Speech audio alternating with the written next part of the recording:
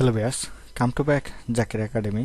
বন্ধুরা, আজকে আমি আপনাদের মাঝে আবারও একটি নতুন টিউটোরিয়াল পর্ব নিয়ে চলে আসলাম। আজকের টিউটোরিয়াল পর্বে আমরা যে বিষয়গুলো নিয়ে আলোচনা করব সেই বিষয়গুলো হচ্ছে আমাদের ব্লার টুল, শার্পেন টুল এবং ডজ টুল। তো প্রথমে আমরা যে বিষয়টি নিয়ে কাজ করতে পারি সেটা হচ্ছে আমাদের ব্লার টুল নিয়ে। তো বন্ধুরা, আমাদের প্রথমে আমরা যদি একটি কাজ করতে চাই, যেমন ধরেন আমাদের অনেক সময় কিছু সময় আমাদের অনেক সময় আছে যে আমাদের বিষয়গুলো কিছুটা ব্লার করার প্রয়োজন পড়ে। আর যেমন ধরেন আমাদের টুলবার থেকে আমাদের এখানে একটি ব্লার টুল রয়েছে এবং ব্লার টুলে এখানে স্ট্যান্ড যদি আমরা একটু 100% করে দেই তাহলে কিন্তু আমাদের এটা একটু বাড়বে এবং এটার মোডটা নর্মাল অবস্থায় রাখবো এবং এখান থেকে ব্রাশের সাইজ এবং হার্ডনেসটা আমরা একটু চাইলে বৃদ্ধি করতে পারি। বৃদ্ধি করে এখন যদি আমরা এখান থেকে ব্রাশটা আর একটু বড় করি, বড় করার পরে আমরা এখান থেকে দেখতে পারবো যে আমাদের এখানে যখন আমরা ব্রাশ করছি তখন কিন্তু আমাদের এখানে দেখেন কিছুটা ব্লার হয়ে যাচ্ছে। ঠিক আছে, এখানে আমাদের কিছুটা ব্লার হয়ে যাবে। যেমন আমি এই সাইডটা একটু ব্লার করি, তখন এইখান থেকে আমরা যদি বারবার প্রেস করতে থাকি তাহলে কিন্তু আমাদের এটা কি হয়ে যাবে, ব্লার হয়ে যাবে। মূলত আমাদের ব্লারটা কোন কাজে ব্যবহার করব এটা আমরা একটু পরে দেখছি। যেমন ধরেন এখানে আমাদের এই অংশটা ব্লার হয়ে আছে এবং এই অংশটা আমাদের কি আছে, শার্প হয়ে আছে। ঠিক আছে, খুব সুন্দরভাবে পরিষ্কার এবং এই যে ব্লার।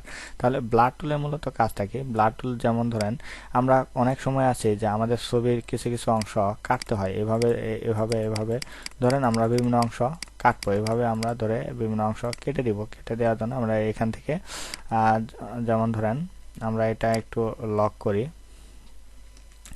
লক করার পর আমরা এটা ডিলিট করে দিলাম এবং কেটে দিলাম কন্ট্রোল ডি দিয়ে। এখন দেখেন এখানে কিন্তু একটা কাটা কাটা ভাব আছে, কিন্তু এই কাটা কাটা ভাবটা যদি আমরা চাই যে একটু আমরা এটা ছোট করে নিই, ছোট করে নেওয়ার পরে যেমন দেখেন এখন কিন্তু আমরা যদি এই এই কণার দিকে একটু ব্লার করে দেই তাহলে কিন্তু দেখা যাচ্ছে যে আমাদের এখানে কিন্তু তেমন স্পষ্ট বোঝা যাচ্ছে না এবং এই পাশে কিন্তু বোঝা যায় এবং এই পাশে কিন্তু একটা কাটা কাটা ভাব বোঝা যাচ্ছে। কিন্তু এই পাশে যে মাথাটা, এই মাথাটা কিন্তু আমাদের কি তেমন একটা বোঝা যাচ্ছে না। তো আমরা অনেক সময় যে কাটাকাটি কাজের যে সাইড দিয়ে আমরা যদি একটু ব্লার টুল দিয়ে ব্লার করে দেই তাহলে কিন্তু আমাদের এই জিনিসটা স্মুথ হবে এবং সুন্দর দেখা যাবে। এটা কিন্তু তেমন একটা বোঝা যাবে না। তো আরেকটা বিষয় হচ্ছে আমাদের মূলত এখানে যে ব্লার টুল, এই ব্লার টুলের কাজটা হচ্ছে এই ধরনের কাজ হয়ে থাকে সাধারণ ছোট ছোট আমাদের কাটাকাটির যে ক্ষেত্রে কিছুটা ব্লার দিলে যাতে করে আমাদের বোঝা না যায় সেই বিষয়টা আমরা এখানে ব্যবহার করে থাকি, সেজন্য আমরা ব্লার টুলটা ব্যবহার করে থাকি। এবং আমাদের আজকের যে দ্বিতীয় টুলটাই রয়েছে, ব্লার টুলে আসলে তেমন একটা কাজ নয়, এটা ছোট একটি কাজ। এবং আমাদের শার্পেন একটি টুল রয়েছে, শার্পেন টুলটির মাধ্যমে আমরা কি করতে পারি, যেমন শার্পেন টুলটির কাজ হচ্ছে যেমন আমরা যদি আপনার ব্লার করলাম, কিন্তু ব্লারের ক্ষেত্রে আমরা যদি চাই যে কিছুটা ব্লারটা আমরা দূর করে দিতে চাই বা ব্লারটা আমরা সরাতে চাই, সেক্ষেত্রে আমরা শার্পেন টুলের মাধ্যমে কিন্তু ব্লারটা আমরা সরাই ফেলতে পারবো এবং আমাদের পরিষ্কার করে ফেলতে, একদম পরিষ্কার যদি কোনো ব্লার থাকে সেক্ষেত্রে আমরা কিছুটা পরিষ্কার করে ফেলতে পারি। দেখেন একদম ক্লিন হয়ে গেছে, একদম ক্লিন হয়ে গেছে, দুইটাই ক্লিন হয়ে গেছে।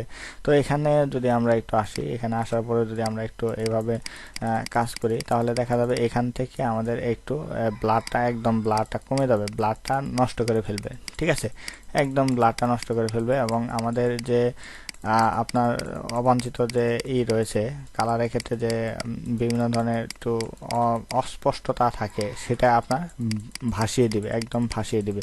ঠিক আছে, একদম ভাসিয়ে দিবে। যেমন এখানে স্পষ্ট দেখা যাবে, যেমন লুমগুলা দেখেন, এখানে লুমগুলা, এগুলো যদি আমরা একটু পরিষ্কার ক্লিন করতে যাই তাহলে কিন্তু আপনার এই যে এই শার্পেন টুলের মাধ্যমে কিন্তু আমরা একটু পরিষ্কার করতে পারবো।